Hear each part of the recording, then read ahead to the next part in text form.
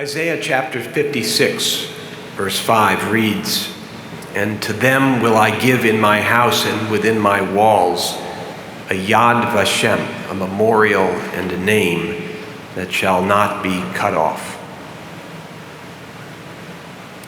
Dear friends, we are living in an age of woeful and increasing ignorance about the Holocaust among Americans. According to a nationwide survey of millennials and Gen Z conducted by the Conference on Jewish Material Claims Against Germany, more than 60% of respondents were unaware that 6 million Jews were murdered in the Holocaust, and nearly half could not name a single Nazi death camp. More than 10% believed that Jews actually caused the Holocaust. That's here in America. While we are rightly concerned about the impact of Holocaust denial, such ignorance, blended with the dramatic rise of anti-Semitic expression in this country, may lead us to the same frightening outcomes. The mission of Yad Vashem is to name and memorialize the Nazi atrocities and their victims in such fashion that none are forgotten. Established in 1953 by an act of the Knesset, Yad Vashem, the World Holocaust Remembrance Center, is entrusted with the task of commemorating, documenting, researching, and educating about the Holocaust, remembering the 6 million Jews murdered by the Nazis and their collaborators, remembering the destroyed Jewish communities, remembering the ghetto and resistance fighters, and honoring the righteous among the nations who risked their lives to rescue Jews. No doubt many of you have visited Yad Vashem's 45 acres on the Mount of Remembrance in Jerusalem and its museums, research and education centers, monuments, and memorials. Each year, some 1 million people visit in person and millions more visit online. Our good friend, Ambassador Dani Dayan, is now the chairman of Yad Vashem. We came to know him so well in his last posting as Israel's Consul General here in New York, during which he spoke from this pulpit frequently, addressing us each Rosh Hashanah, each Yom HaShoah, each Holocaust Remembrance Day. And honestly, he was here whenever we called him. Prior to his diplomatic service, he served as chairman of the Yesha Council, and before that as chairman of the board and CEO of Elad Software Systems, a company he founded. In addition, Ambassador Dayan volunteers as the head of the advisory board of Nefesh B'Nefesh, which facilitates Aliyah to Israel. We welcome him this morning together with his wife, Einat. It is always a privilege to sit beside Ambassador Dayan on our bima, as it is today, and it is a true honor to welcome him back to Temple Emanu-El to address us on this Shabbat morning.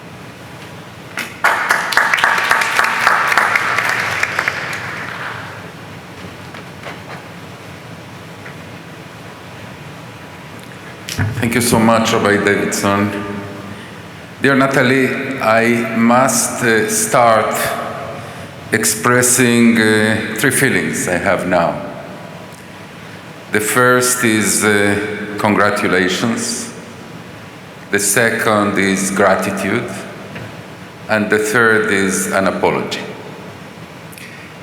Congratulations for becoming, Natalie, a full-fledged member of the Jewish tribe with all the rights and all the duties and all the responsibilities, and I believe there is no greater pride than to be a full-fledged Jew. The second is to thank you.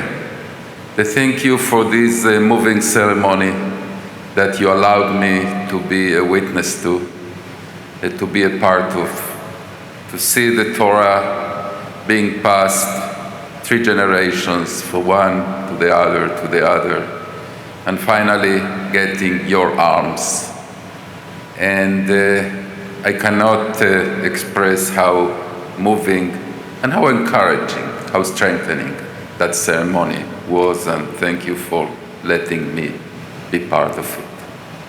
And the third, an apology, because I hope I will not be a party pooper, because I came to talk about the Shoah, about the Holocaust, remembrance. But you know, Natalie, that is life. That is human life, and in particular, that is Jewish life, in which past, present, and future are completely intertwined. And there are many reasons to celebrate, and there are many reasons for sorrow, and even under the chuppah, it will take you a few years to get there, I assume. We remember the destruction of Jerusalem, of Jerusalem, so it's a good and very interesting Jewish tradition to mix celebration with sorrow. As my good friend Rabbi Davidson said, I have been many times in this pulpit. He once told me that he believes that probably more times than any non-clergy member of this congregation. I returned to Israel after serving 4 very exciting years in New York, representing the capital of the world, Jerusalem, to the city that for some reason believes that is the capital of the world, New York. And I had the honor of my life by being nominated by my government as chairman of Yad Vashem.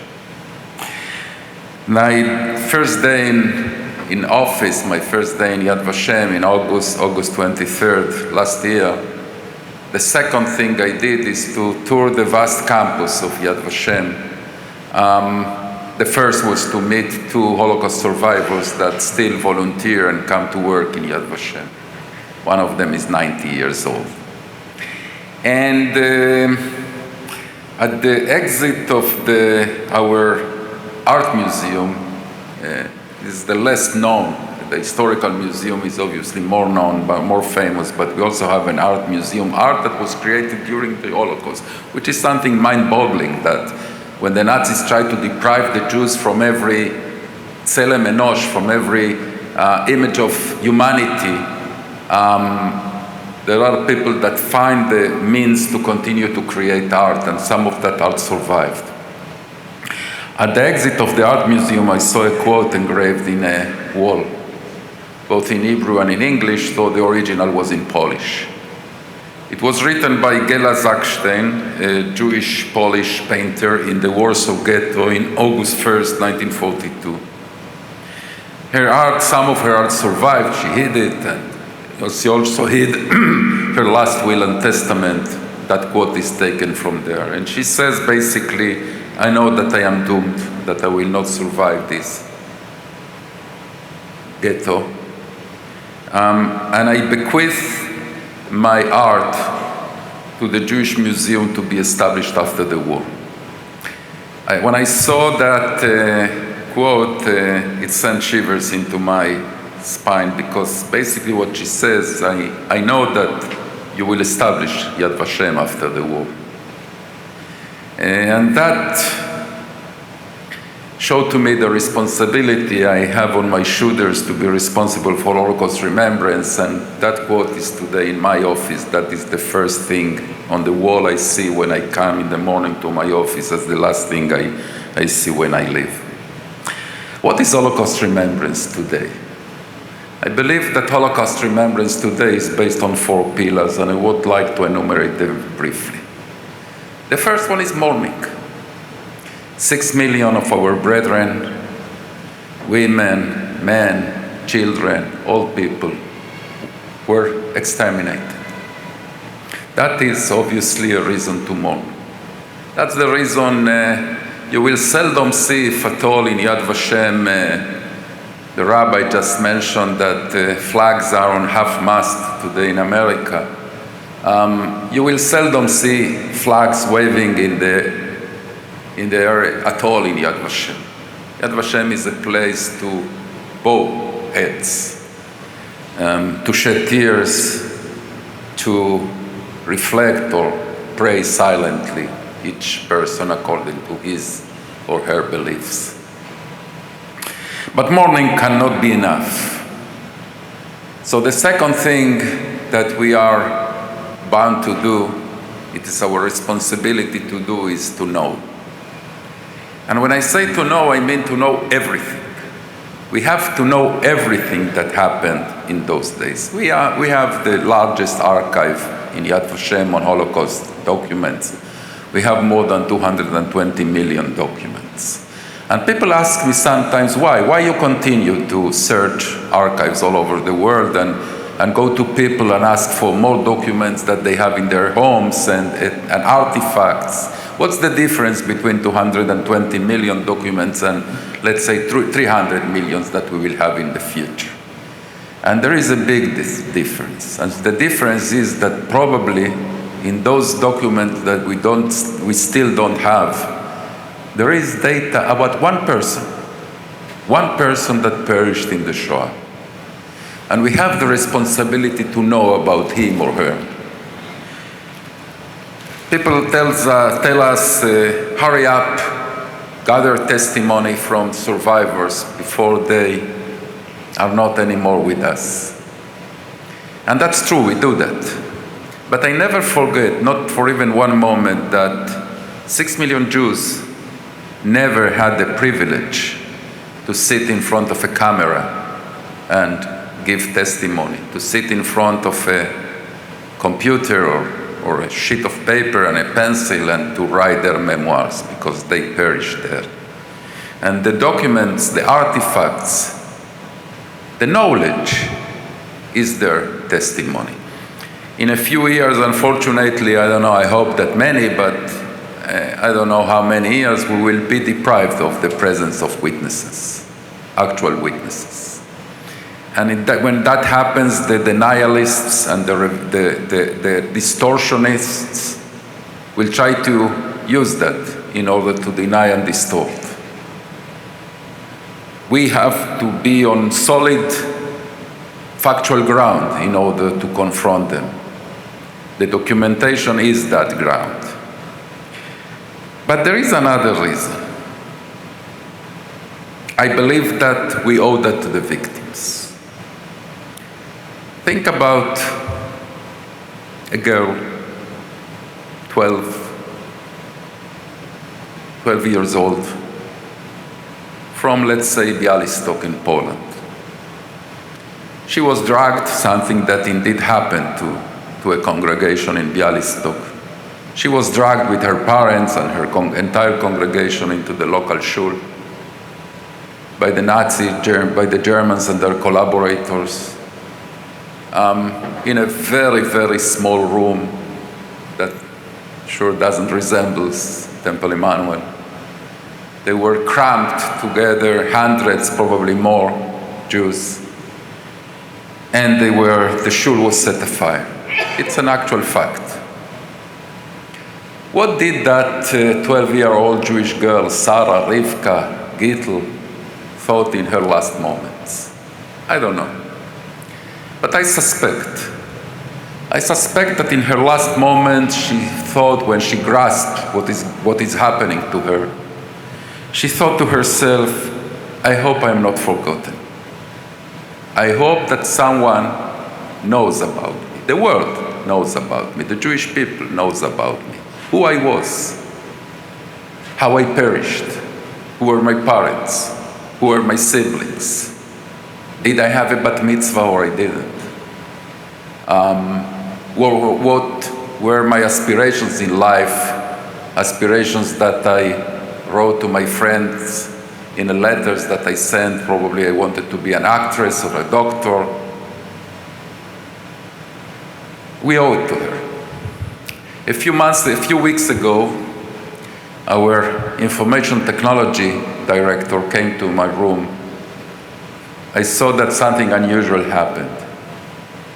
He showed me a page of testimony he found randomly.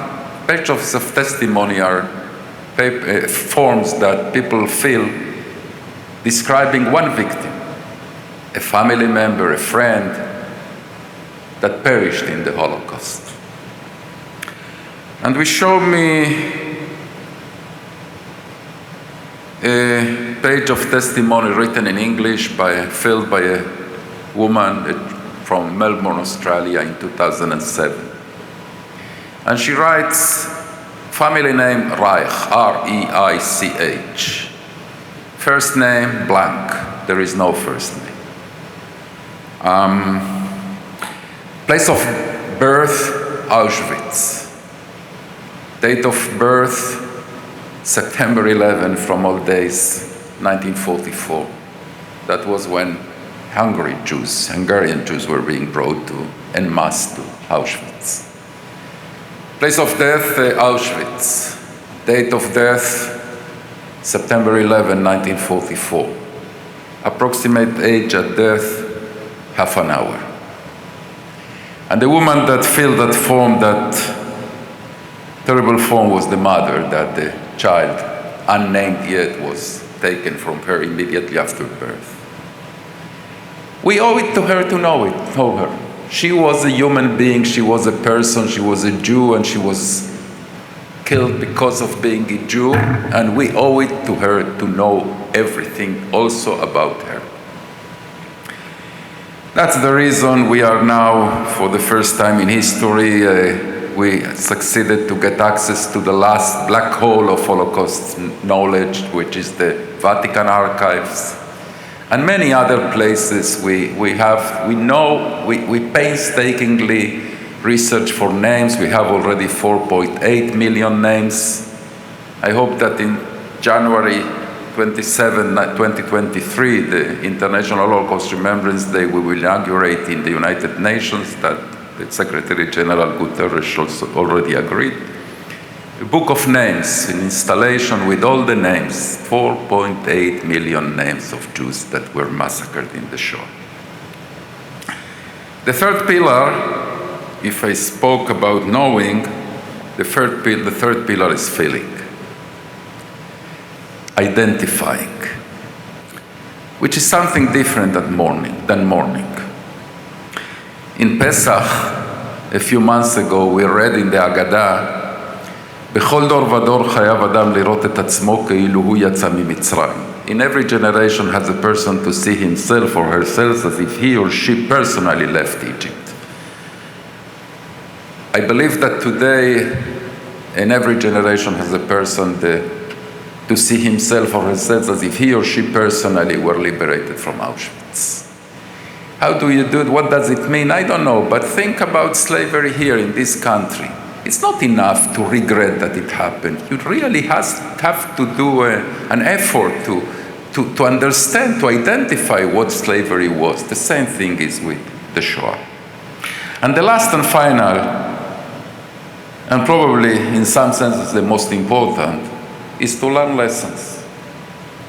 And I want to tell you that there are innumerable lessons from the Holocaust. Some of them are personal, some of them are national, some of them are universal.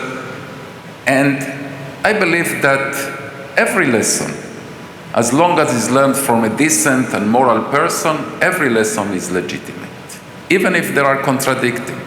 I can learn one lesson from the Holocaust, Rabbi Davidson can learn the contradicting lesson from the Holocaust, and both are legitimate. For instance, the current chairman of the Yad Vashem Council, Rabbi Lau, a Holocaust survivor, believes that the Holocaust teaches us to adhere more strongly to God. His predecessor, Yosef Lapid, the father of our foreign minister Yair Lapid, thought that the lesson is that there is no God. Both were Holocaust survivors. How can I say that this is right or this is right? They are both legit. But I want to conclude with my two lessons, because I'm also entitled to my lessons, even they are not mandatory, they are not the only lessons, but those are my lessons, Dani Dayan. And two of my lessons are the following. The first one is the existential necessity of a Jewish state. Israel was not established because the Holocaust. Israel was established in spite of the Holocaust. We would have been a much robust country with 6 more million Jews and their descendants living. But I believe that that explains why we are so adamant to have a Jewish state. We all were in the St. Louis. The St. Louis was a ship that departed in 1939 from Hamburg, full with Jewish refugees from Germany and Austria fleeing the Nazis, and they were denied entry to every single American country. Cuba first, the United States, Canada said, message don't come. All the Caribbean and Latin American countries refused them entry. They returned to Europe to find their death there. Israel is the guarantee that there will no other St. Louis, and if God forbid there is a St. Louis, they will have a safe haven. And the second lesson that I share with all world leaders that come to Yad Vashem is this: anti-Semitism, when you see it, confront it immediately, decisively, forcibly. Don't wait a minute. I'm not implying that we are now in that sense in Europe of the 30s. No, we are far from the crazy anti-Semitism of Europe of the 30s. But we have the experience that generation lacked.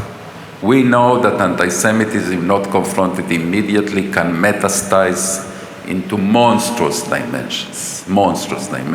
Therefore, the responsibility of the leaders, not only the Jewish leaders, the non-Jewish leaders, is to confront anti-Semitism immediately.